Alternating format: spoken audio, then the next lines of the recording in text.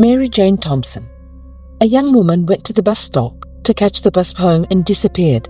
2 days later, her body was found a few kilometers away.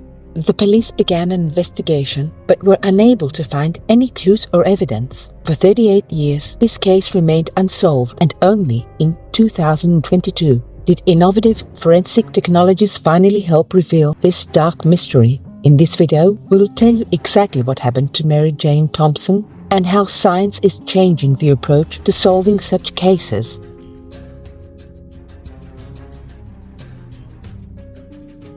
Mary Jane Thompson was born on October 5, 1962 in Houston, Texas. She grew up in a close-knit and loving family and had many friends. From a young age, she decided she wanted to become a model. After school, she moved to Los Angeles, where she lived for a while chasing her dream. She then decided to move to Dallas to attend acting classes. She was 21 years old at the time. She had to work 2 jobs to pay her rent and tuition. She got a job as a waitress and as a saleswoman in a flower shop, dedicating the rest of her time to her dream of becoming a model. She lived with this busy schedule for about 6 months. On February the 11th, 1984, Mary called her mother and told her that she planned to go to the hospital because she was worried about a not-so-serious health issue. She decided to go in the evening. From her apartment to the clinic, she could go by bus. When she got there, the hospital had already closed, and she had to wait again for the bus to return home. From that moment on, no one saw Mary again. She had not contacted her relatives, but they did not rush to inform the police. Since Mary was working 2 jobs and attending acting classes, her parents understood her hectic schedule and how often she could not find time to call them at all. 2 days later, the police department received a call. Near the area's abandoned railroad tracks and behind warehouses, a body was found. When the police arrived, they found a young girl with signs of strangulation. On her, they found her ID, thanks to which the victim was immediately identified as Mary Jane Thompson. The forensic doctors examined the body and concluded that she had been murdered a few days before. In those years, in that area, there was almost exclusively large warehouses, most of which were abandoned and not many people around. For this reason, Mary was not found immediately, and it took 2 days. Experts also found that the young girl's cause of death was asphyxiation. The unknown perpetrator had used her socks to strangle her. Also, the perpetrator had sexually assaulted her, and criminologists took a sample of his biological material. However, in 1984, this evidence was completely useless, since scientific advancement at that time did not allow them to take a DNA sample from the killer's biological material, let alone identify him. The police kept these samples under laboratory conditions because they hoped that with the evolution of technology, they might be able to solve similar cases in the future. Studying the girl's murder scene, investigators found no evidence. The warehouse where her body was found was about 5 kilometers from the hospital in an isolated industrial area. By talking to the girl's friends and relatives, they managed to create a more accurate timeline of events. Mary arrived at the hospital and, finding it closed, had to walk some distance to the bus and return home. It seems that the perpetrator attacked her right there and then loaded her into his car and transported her to the spot where her body was found. Due to lack of any evidence, the police focused their attention on men who lived and worked in the area and had previously been convicted. However, this investigation yielded no results. The police were sure the killer knew the area well. Not only did he manage to abduct the girl from a place where no one saw him, but he also transported her to the abandoned railway tracks, which were well hidden behind warehouses. The investigators did not have a single witness who had even seen Mary Jane that night. There were no security cameras at the time, except on the city's major roads, so the case quickly reached a dead end. The case was turned over to the special police unit that deals with unsolved murders, but it is also responsible for periodically reviewing them. So, in 2009, 25 years later, the Dallas police decided to review this murder using new technologies. Experts managed to get a DNA sample from biological material found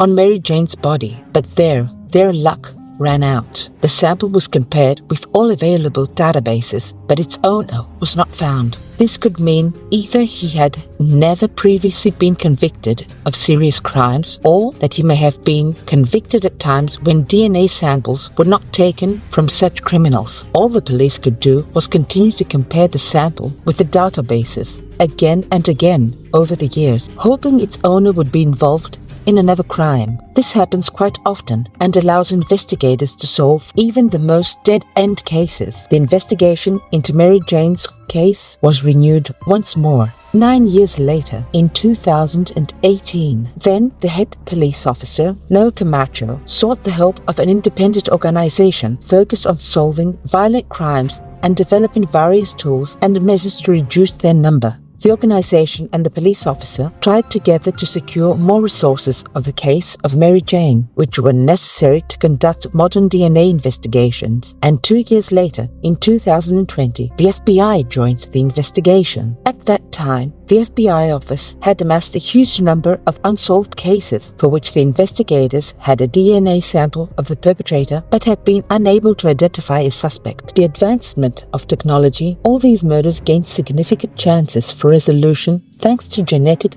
genealogy. This technology, which appeared relatively recently, was a real revolution in criminology. It works roughly as follows. Specialists study a DNA sample from an unknown person using the most modern equipment. Based on the data obtained, a profile is created that can help in the search for their relatives. The DNA of family members can be found in databases in various ways. First, they may themselves be criminals and have been recorded in the FBI database. Second, these people may have voluntarily registered their DNA in publicly accessible databases designed to search for relatives or to record their family history. Such services have become particularly popular in recent years, which has helped detectives significantly. In the case of Mary Jane's murder, investigations lasted 2 years. Initially, the experts identified the distant relatives of her killer based on DNA, and then the hardest part began. They had to look into the lives of thousands of people, rule out those who were not suitable in order to choose the one who had the best chance of being the killer. Rejection is based on parameters such as age, location at the time of the crime,